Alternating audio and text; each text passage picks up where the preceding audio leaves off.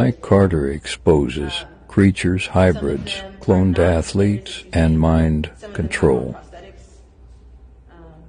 Some of them are, I'd say, creatures. They're hybrid.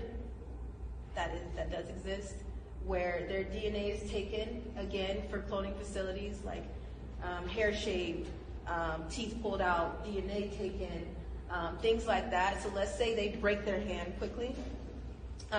There's something that can be used with machines. So med beds. We all know about med beds, right? So there's a definition of med beds going on backwards right now. If somebody hurts themselves, they can get well like that in sports because it's a DNA thing. They take their DNA, they use that for cloning facilities, they re-bring them back, and they're back to playing. Even though they may be a shitty player, they need their face. So let's say some of them have one leg. Some of them you'll see them dribbling together. It'll look like somebody carried the basketball over to the hoop. Like, you know, those 3-pointers that don't even look like 3-pointers? And you're like, how the hell did... And then all the men are like, yeah! Like, but in reality, it's a green screen. Somebody takes that ball and moves it to the hoop and then checks the TV, and what's the ratings? Did we go up? Cool. Let's do that again. There's somebody who remotes your commercials as you watch them. You know those commercials that pop up on the regular TV, those 3 commercials? There's somebody who sits in the background and actually makes those commercials pop up on your TV screen. That's their job. I don't know what that's called, but that's their job. Your whole world is a stage. How I know that is because I've been up there with them. I had to sleep with one of the players. I didn't even sleep with one of them. I was assaulted by one of the players that had a prosthetic cheek. And when he took it off, like the I don't even know what was going on inside of his mouth. I could smell it. It was gross. Again, the research is endless. And I'm not... Why? Who would want to sit here and make this show? How can you make this show?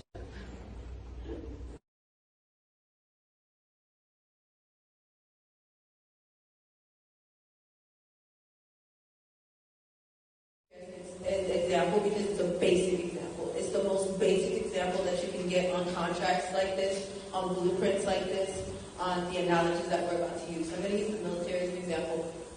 When you go into the military, there's clearances that they get, right? Let's say the Navy. Who knows someone in the Navy that has an E4 clearance? E7 clearance. Okay. When you get to an E4 or an E7, by the time you are at an E4, you are completely broken down and you do have ulcers. By E7, your mind is not your own at all. By E7, your mind is a robot. Does that make sense?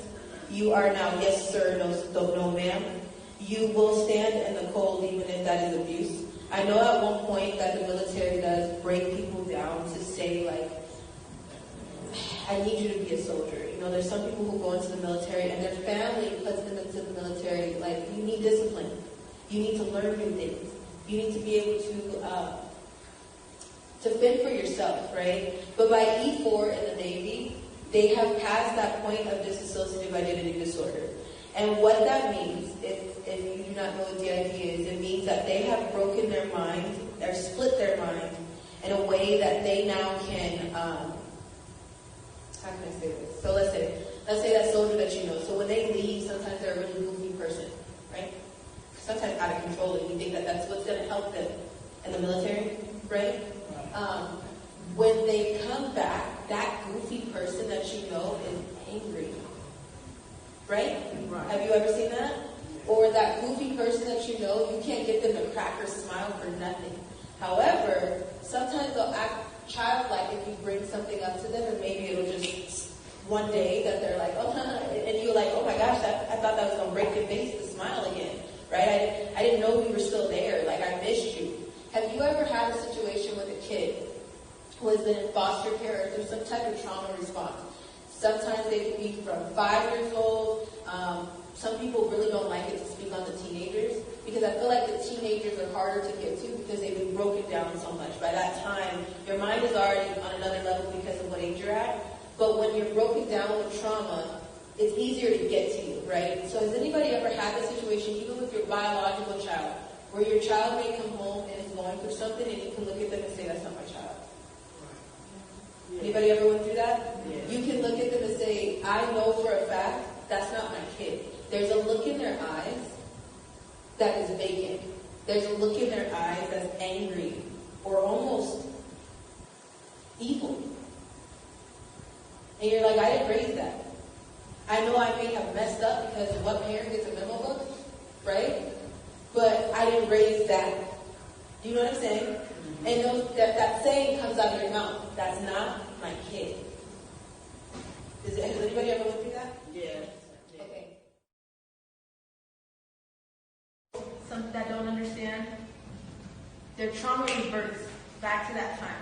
So if you were raped around that time of year, if you were beat as a kid around that time of year, if you were in the military and that's when your programming was completely stopped around that time of the year, that time of the year will always be held.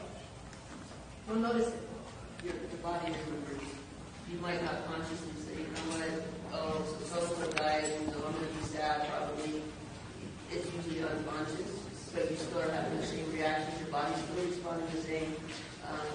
Your body's going through all that again.